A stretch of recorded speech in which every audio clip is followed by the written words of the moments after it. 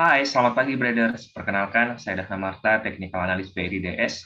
Pagi ini saya akan mengulas Supplementary terupdate 31 Mei 2021. Supplementary adalah sajian pagi menu trading dari BRI dan Reksa Sekuritas yang berisi rangkuman terupdate dari pergerakan indeks, currency, dan juga komoditi.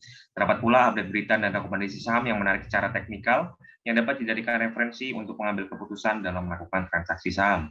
Pagi ini saya akan update dari Key Index Performance. ISG dan LQ45 ini ditutup menguat terbatas pada perdagangan akhir pekan lalu dan belum mampu melewati level resisten kuat 5.850. Penguatan ISG mengikuti pergerakan bursa Asia yang rata-rata bergerak menguat. Selain itu, sentimen suku bunga yang tetap rendah dan optimisme dari pernyataan Presiden Joko Widodo dan Menteri Keuangan akan pertumbuhan ekonomi pada Q2 yang mencapai 7,1% hingga 8,3% ini membuat pelaku pasar cenderung optimis. Di sisi lain, kekhawatiran akan lonjakan kasus COVID-19 di dalam negeri pasca libur Lebaran juga masih terus menghantui. Per akhir pekan lalu, rata-rata kasus harian telah melonjak ke angka 5 ribuan.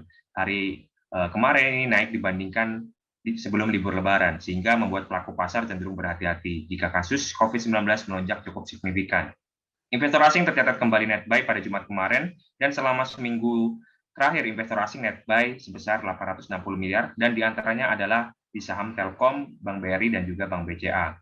Sementara itu, bursa saham Amerika Serikat pada Jumat bergerak mix dan ditutup menguat terbatas. Hal ini didukung oleh kenaikan data PCE Price Index, yaitu data pengeluaran konsumsi pribadi, non-makanan, dan energi, dan sepertinya pelaku pasar di sana sedikit mengabaikan data inflasi yang tinggi.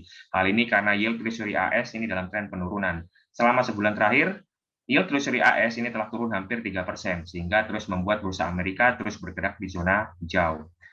Lalu indeks EIDO menguat 0,47%, indeks VIX menguat tipis namun masih di bawah level 20, sehingga volatilitas pasar masih terjaga. Indeks DXY menguat tipis dan hal ini berpotensi memberikan katalis negatif ke pergerakan mata uang utama dunia, termasuk juga rupiah. Sementara itu, bursa saham ASEAN dan regional rata-rata bergerak di zona hijau. Pada perdagangan akhir pekan, Hang Seng dan Nikkei ditutup menguat namun Shanghai sedikit melemah. Penguatan bursa Jepang ini mengikuti rilisnya data Consumer Price Index yang terlihat membaik secara year on year, dan ketersediaan lapangan pekerjaan yang masih tinggi. Di sisi lain, perkembangan kasus COVID-19 di sejumlah negara Asia masih membuat pelaku pasar cenderung berhati-hati. Malaysia kembali memperlakukan lockdown per 1 Juni hingga 14 Juni 2021 ini. Lalu update currency and bond yield USD IDR melemah tipis 0,04%, selanjutnya yaitu Treasury kita melemah, begitu juga US 10 year yang kembali dalam tren penurunan. Hal ini berpotensi memberikan katalis positif pada pergerakan bursa saham. G3 currency rata-rata melemah sehingga dolar cenderung menguat terhadap 7 mata uang utama. Selanjutnya update hard and soft commodity, komoditas metal dan energi melanjutkan rally-nya setelah pembatasan harga komoditas oleh China. Nikel, gold, silver, copper, dan juga tin ini kompak menguat. Batu bara juga kembali menguat dan bertahan di atas level psikologis $100.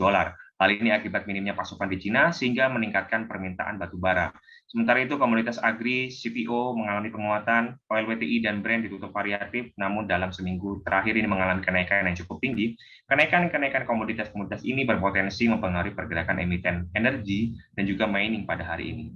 Selanjutnya update dari tim IKR kami, di sini ada Pegas hingga April 2021 mencatatkan volume distribusi sebesar 898 BBTUD atau naik 4% secara year on year, dan volume transmisi 1.225 MMSCFD turun 8% secara year on year. Sementara untuk volume regasifikasi di April 2021 ini mencatatkan penurunan menjadi 73 BBTUD atau turun 10,97% secara mantuman, yang dipicu oleh melemahnya permintaan gas dari PLN. Pada kuartal 1 2021, Pegas telah menyerap belanja modal sebesar 40 juta US dollar dari total rencana capex nilai 490 juta US dollar sampai 620 juta US dollar pada full year 2021. Lalu update dari Bank Indonesia, perkiraan inflasi dan CBDC, Central Bank Digital Currency. Bank Indonesia mencatatkan adanya potensi kenaikan inflasi pada Mei 2021. Berdasarkan hasil survei pemantauan harga hingga W4 Mei 2021, inflasi diperkirakan sebesar 0,28% secara mantuman, atau lebih tinggi dari inflasi di April 2021 yang hanya sebesar 0,13% mantuman.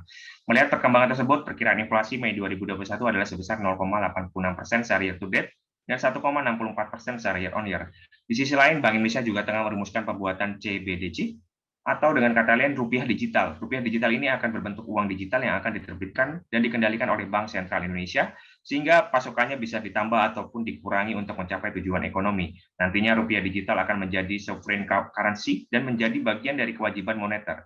Rencana penerbitan CBDC ini dilandasi 3 pertimbangan, yakni sebagai alat instrumen pembayaran yang sah di Indonesia, lalu mendukung pelaksanaan kebijakan moneter, makroprudensial, dan sistem pembayaran, serta menghadirkan pilihan instrumen berbasis teknologi. Selanjutnya, update dari Federal Reserve.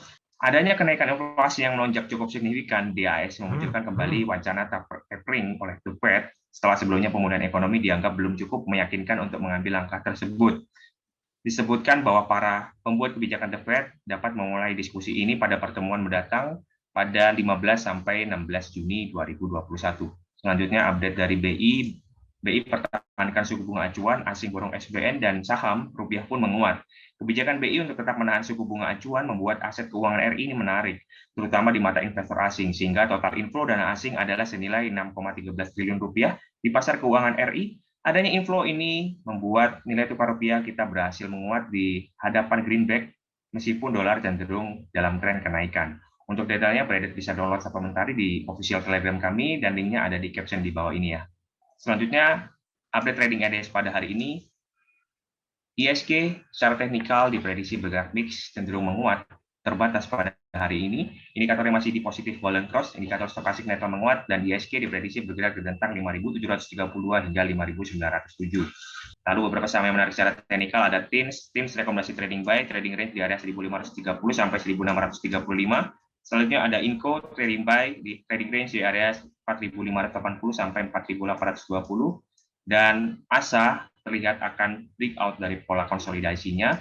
Trading range untuk ASA di area 3.140 sampai 2.390. Lalu selanjutnya ada LPKR rekomendasi sell trading range di area 145 sampai 165. Lalu ada BSDE rekomendasi sell trading range di area 1095 sampai 1150. Volume transaksi menurun, indikator MACD negatif menguat, stokastik oversold, dan RSI-nya oversold. Selanjutnya, update stok pick pada hari ini. Untuk rekomendasi trend trade yang memiliki rentang hold position kurang lebih 30 hari, dan jika ada tanda bintang itu rekomendasi baru, kita mempertahankan 4 saham, yaitu Tower, CTRA, Bank Mandiri, dan juga ITMG. Selanjutnya, rekomendasi swing trade yang memiliki rentang waktu hold position 3-10 hari, kita mempertahankan ERA, SOCI, dan juga Pegas. Selanjutnya, update rekomendasi day trade harian pada hari ini. Ada 15 saham rekomendasi, 8 saham rekomendasi buy, dan sisanya rekomendasi sell. Di antaranya ada Antam, Inco, TINS, MDKA, hingga Elsa, dan juga SMSM. Demikian ulasan sementari pada pagi hari ini. Jangan lupa like, subscribe, dan komen ya traders agar informasi ini sampai ke seluruh investor pasar modal Indonesia. Terima kasih dan happy trading traders.